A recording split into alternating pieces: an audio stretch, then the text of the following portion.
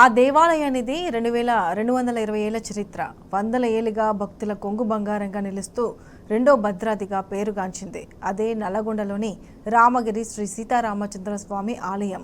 రాముడు పట్టాభిషేక మూర్తిగా కొలువుదీరి సీతా లక్ష్మణ భరత శత్రుఘ్న హనుమ సమేతంగా ఉన్న ఏకైక ఆలయం ఇదే కావడం విశేషం.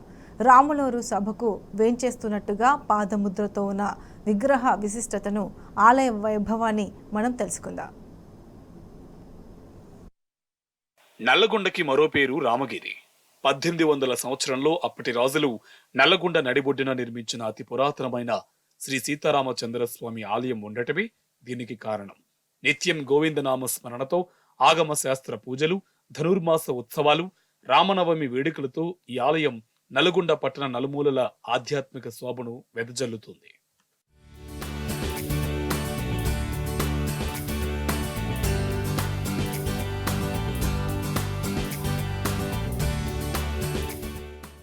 నల్లగొండ అర్చక స్వాములకు శ్రీ మహావిష్ణువు కలలో కనిపించి చెప్పగా అప్పటి రాజుల సాయితో నల్లగొండ నడిబొడ్డున ఈ ఆలయాన్ని నిర్మించారు.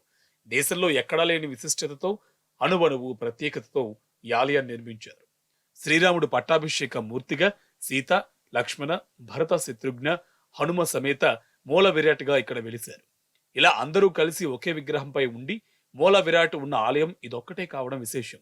దీంతో పాటు శ్రీరాముడు సభకు వేంచేస్తున్నట్టుగా పాదం లేపి నడుస్తూ ఉన్న విగ్రహం ఇక్కడ కొలువై ఉంది.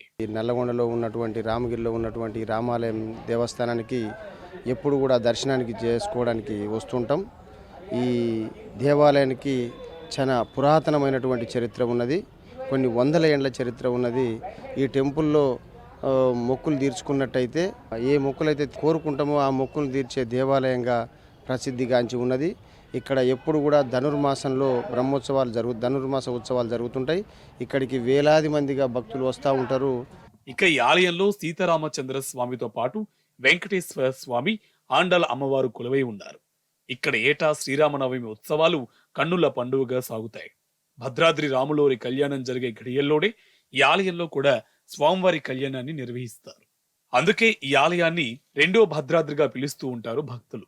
ఈ ఆలయాన్ని చూస్తే భద్రాద్రి ఆలయాన్ని చూసినంత తృప్తి కలుగుతుందని భక్తులు చెబుతున్నారు. ఈ ఆలయం రెండో భద్రాద్రిగా వెలసిల్లుచున్నది.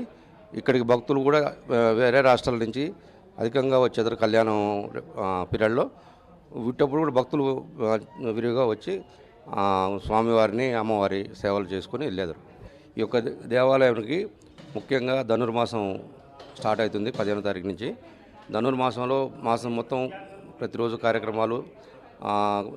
ఈ ధనుర్మాసం అంతంలో మొత్తం గోదా కళ్యాణం గ్రాండ్గా వైభవంగా నిర్వహించడం జరుగుతుంది. భక్తులకు కావాల్సిన అన్ని సౌకర్యాలు దేవాదాయ శాఖ తరఫున మేము ఏర్పాటు చేయడం జరుగుతున్నది. శ్రీ సీతారామచంద్ర స్వామి దేవాలయము చాలా ప్రతిష్ట గల దేవాలయము. ఇటు దేవాలయమునకు వివిధ జిల్లాల నుండి మరియు వివిధ రాష్ట్రాల నుండి వస్తారు, అధిక సంఖ్యలో పాల్గొంటారు. ముఖ్యంగా ఈ రామాలయాన్ని రెండో భద్రాద్రిగా పేరుగాంచింది. అదేవిధంగా ఈ 17/12/2022 నుండి ఈ ధనుర్మాస ఉత్సవం స్టార్ట్ అవుతుంది. ప్రతి ఒక్క మహిళ కూడా ఉదయమే 4 గంటలకు వచ్చి వారి యొక్క భక్తి శ్రద్ధలతో అమ్మవారిని వాళ్ళు పూజిస్తారు. ప్రతి సంవత్సరము సుమారుగా ఒక 200 సంవత్సరాల చరిత్ర గలది దేవాలయానికి. చనజీయర్ స్వామి 1985లో విశ్వశాంతి యాగాన్ని నిర్వహించారు. ఆ రోజు నుంచి ప్రతి ఏటా నెల రోజుల పాటు ధనుర్మాస ఉత్సవాలు ఘనంగా జరుగుతాయి.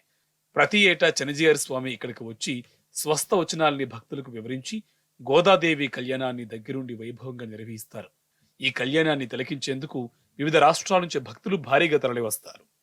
నల్గొండ రామగిరి దేవాలయం గురించి ఆండాలమ్మ ఇక్కడ ప్రత్యేకంగా నిలిచింది.